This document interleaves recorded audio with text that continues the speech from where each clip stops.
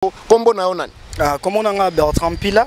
Bertrand Pila na uti na famille Pila na botami na bandeko ya mibali 5 na bandeko ya basi mibale. Mama nanga Masolongo Pila na uti na Kinshasa na commune ya Ngaba précisément. Je finis mes études na ISTA, donc je suis un vrai Congolais d'origine, pena ya centre, donc étant qu'un bon capitaliste. Comment on a Augusto Simbi Gandozo, mais abato benga nga chinois katakata. Moso. Bon, ngai comme on a Gelor et fêté. Je suis ici en Afrique du Sud, comme on a Gelor et fêté. Mon ambassadeur batina en Afrique du Sud. Bazana objectif mon côté ya relaxa batu endroit où batu bako retrouver bango. Bayaka na année une seule fois. Et ça la mawapi pour renouveler ba passeport ya ba étranger baza mboka mpaya. Debi normalement il faut payer sa biso basement au cause la guerre. Ah eza base bureau au eza ba congolais eza anytime c'est-à-dire tanyonso.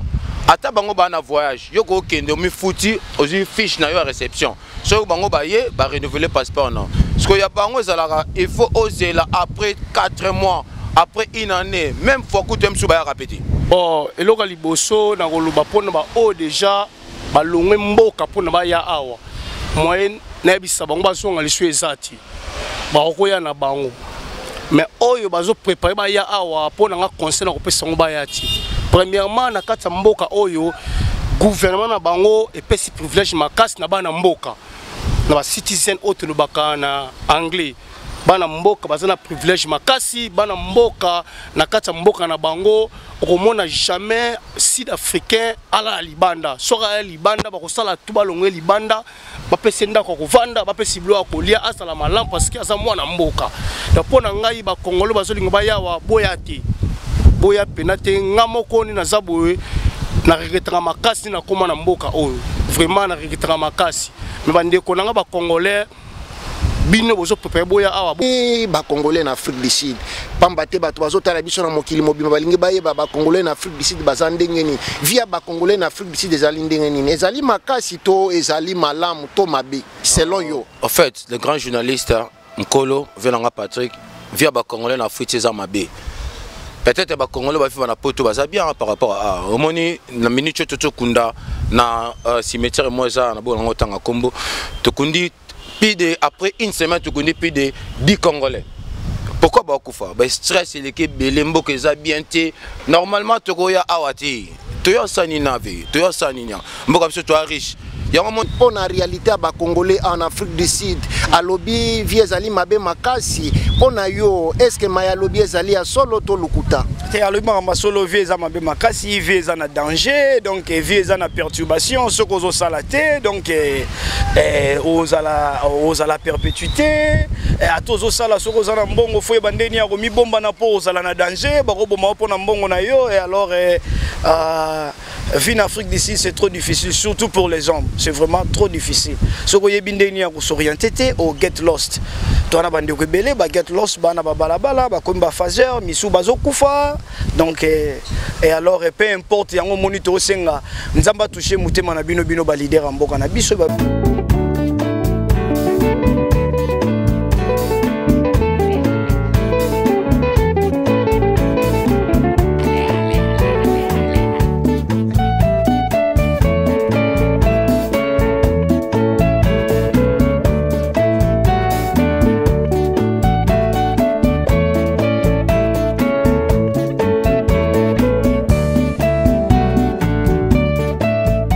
Batata ba mama bandeko wa bolingo mbote na bino boye malamu lisusu na mayangani na politique TV.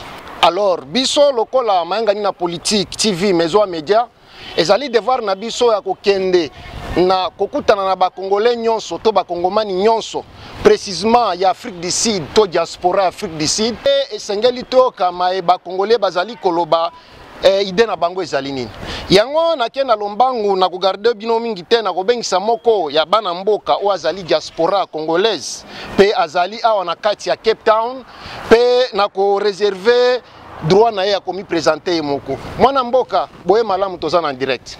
Merci. Bonjour mbote na yo. Mbote. Boye malamu premièrement na mayangani na politique TV. Merci. C'est vraiment qu'on invite à salinga moi bien. Merci. Yambo to banda yebisa biso nanu kombo na nini mwana mboka. Kombo na nga Auguste Simbi Gandozo, mais bato babenga nga chinois katakata. Mwana mboka Auguste autrement appelé katakata. Awa tozali wapi siko watoza wapi? Toza na Mada City na Cape Town. Cape Town na kati Afrique du Sud bien sûr. Ya na Afrique du Sud, Mada City, Mada Side quoi. Donc ma belle maman, Mada Side. Na basi bana mboka bozali koyoka ndenge mwana mboka azali komanyola mais premièrement boni nanu santé na oliboso. Santé ça bien ngolu ya nzambe ndeka to vivre c'est le rythme mokili. Donc toi bena bien. Merci. Okaki kotambola bana mboka bazali kolela pona makambo ya diaspora ya passeport précisément en Afrique du Sud. Bazolo ba ete ambassade ezali komonisa bango pasi. Est-ce que ezali ya solo to ezalukuta? Non, problème est le cas on ezate que ambassadeur mo c'est bango place. Problème est que moni ba ambassadeur batina na Afrique du Sud. Bazana objectif mon côté ya relaxa batu endroit oyo batu bako retrouver bango. Bayaka na année une seule fois. Et ça la mawapi pour renouveler le passeport il y a des étrangers baza en mboka mpaya. Depuis normalement il faut payer sa biso basement au cause à la guerre. Ah ouais ça base bureau au ça ba congolais et ça anytime c'est à dire tanyoso. Ata bango ba na voyage yoko kende mi fouti aussi fiche na yo réception. So bango ba ye ba renouveler passeport non. Parce que y a bango ça la il faut oser là après 4 mois après une année même fois que tu aimes sous ba répéter. Parce que bisangai bateau basangi passeport asa mukandati a renouveler passeport ndeni il faut longa na province o aketi na province mususu parce que so bakangi na nzela au moto ke abimisa mboka na biso que toza ba incapable que mutu mo fana na mboka batu asa papier te ok ça faute na biso te ça organisation ya gouvernement na biso baza organiser te c'est ça le problème.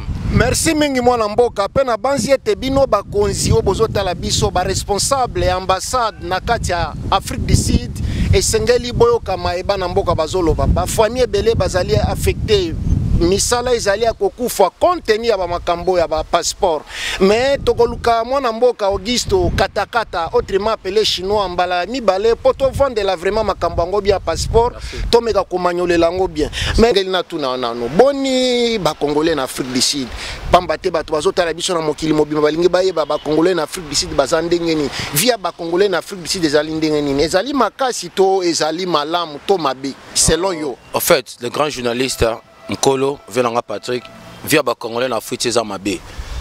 Peut-être ba Congolais ba vivre na poto baza bien par rapport à omoni na minute toto kunda na cimetière moza na bongo tanga kombo. Tokundi puis de après une semaine tokundi puis de 10 Congolais. Pourquoi ba kufa? Ba stress l'équipe belembo que za bien té. Normalement tokoya awati. Toyo sani nave, toyo sani nya. Mboka biso to riche. Ya moni tango tuna mama élection na soga. Donc maman na otala yango ti ngaza na nga ni contre ni pour mais souci na biso za ke ba bongisa mboka po biso tozonga parce que awa vieza na ngo bien ti so ba ko sabino ka fuiti vieza bien ezabete so ye awa ba rotia ombeli ba robeto masasi ba roboma yo misaleza atina ti donc to vivra na ngolo nzambe take ba courager po yebi ke to bimi déjà mboka mpato za awa faut to vivre yango moni ke ba congolais o ba za courager ba ngonde ba vivre za na moi voiture asa moi parler mais pour na vie et ça ngo kitoko te pour awa ba respecter nous droit de fils de pays ce que oza fils de pays oza un avantage que le kabatu nyonso parce que biso Congo ma monnaie à la revue tout le banal parce que biso to bato to ti banda donc oza no inutile à toi ça va milo za a oza inutile pour bango oza na leur numéro 1 za droit de fils du pays c'est ça le problème. Merci mingi mwana mboka bomoni ndenge mwana mboka azali komanyolela bino maye yango ya réalité ya ba congolais na Afrique du Sud na motema pasi azali koloba donc vraiment nga moko naza kolanda ye azali kosala nga pasi makasi mais azali réalité pamba te bazali libanda bazali kokanisa peut-être que na kati ezali miliki mais tikana tuna ye nano mwana mboka Augusto siko yebisa biso yebisa pe ba congolais o bazana kati ya mboka o bazo rêver baya na Afrique du Sud yo awozolo bakevie ezali makasi siko ba oyo balingi bakende obie ba bazana nzela bazokende bazo ya déjà Afrique du Sud okoloba na bango nini bazonga to baya soki bakozonga pona nini soki bakoya pona nini bon normalement netinga conseil na kopesa bandeko bazana Kongo baya na bango tia pone tinga kuna bulana nga roya awa tia selon ndenge masolo bando yoka ke Afrique za poto soko ya Afrique sur rejoa tana comme Afrique sur le terrain ba réalité nga na mona awa za oto ndo kana Kongo te mboka oyo donc ya mboko fopika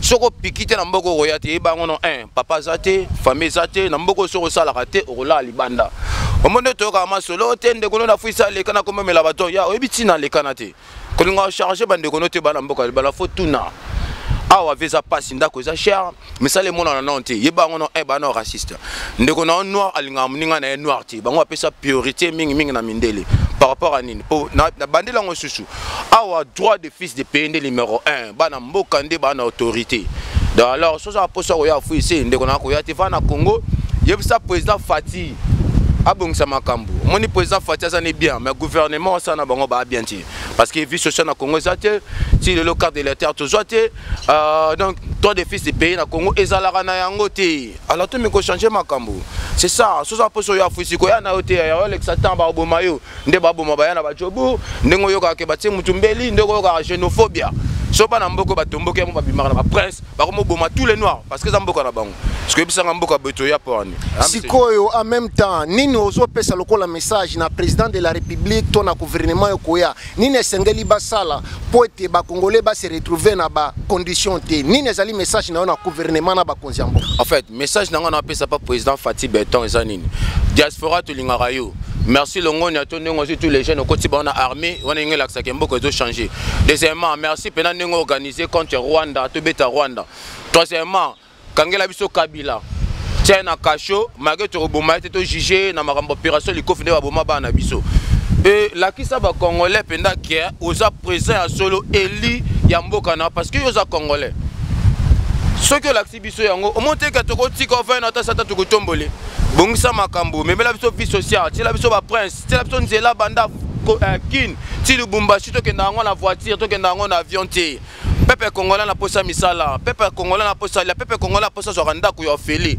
na fuiti ba fazer bazarati gouvernement zo ba fazer atongeli bango ndako apesi bango yo feli parce que baza na carte ya identité tant que droit de fils du pays ba citoyen yango na lobela président Fati Beton s'il vous plaît vraiment biso biso ba carte d'identité ba congolais ne pas sur monde que congolais a valeur na mboka en tout cas pena biso diaspora tant que Warius nga général ba Warius pi peta fali pupa tolela yo.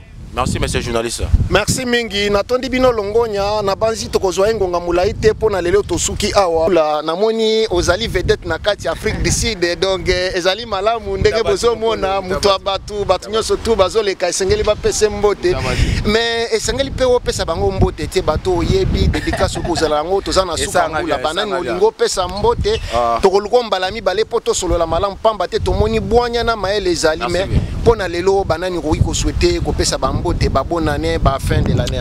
Premièrement on a payé merci président Fati Beton yene numéro 1 à Simbi Congo en plus na payé mbote pas venanga honorable JC Punga na payé mbote na ba congolais nyonso ba par-ci par-là na poto na monde entier fali pupa le Warius donc masolo yango wana sans oublier je koko mulumba masana ngelo ifeta venanga Patrick Yemoraza Kolo masolo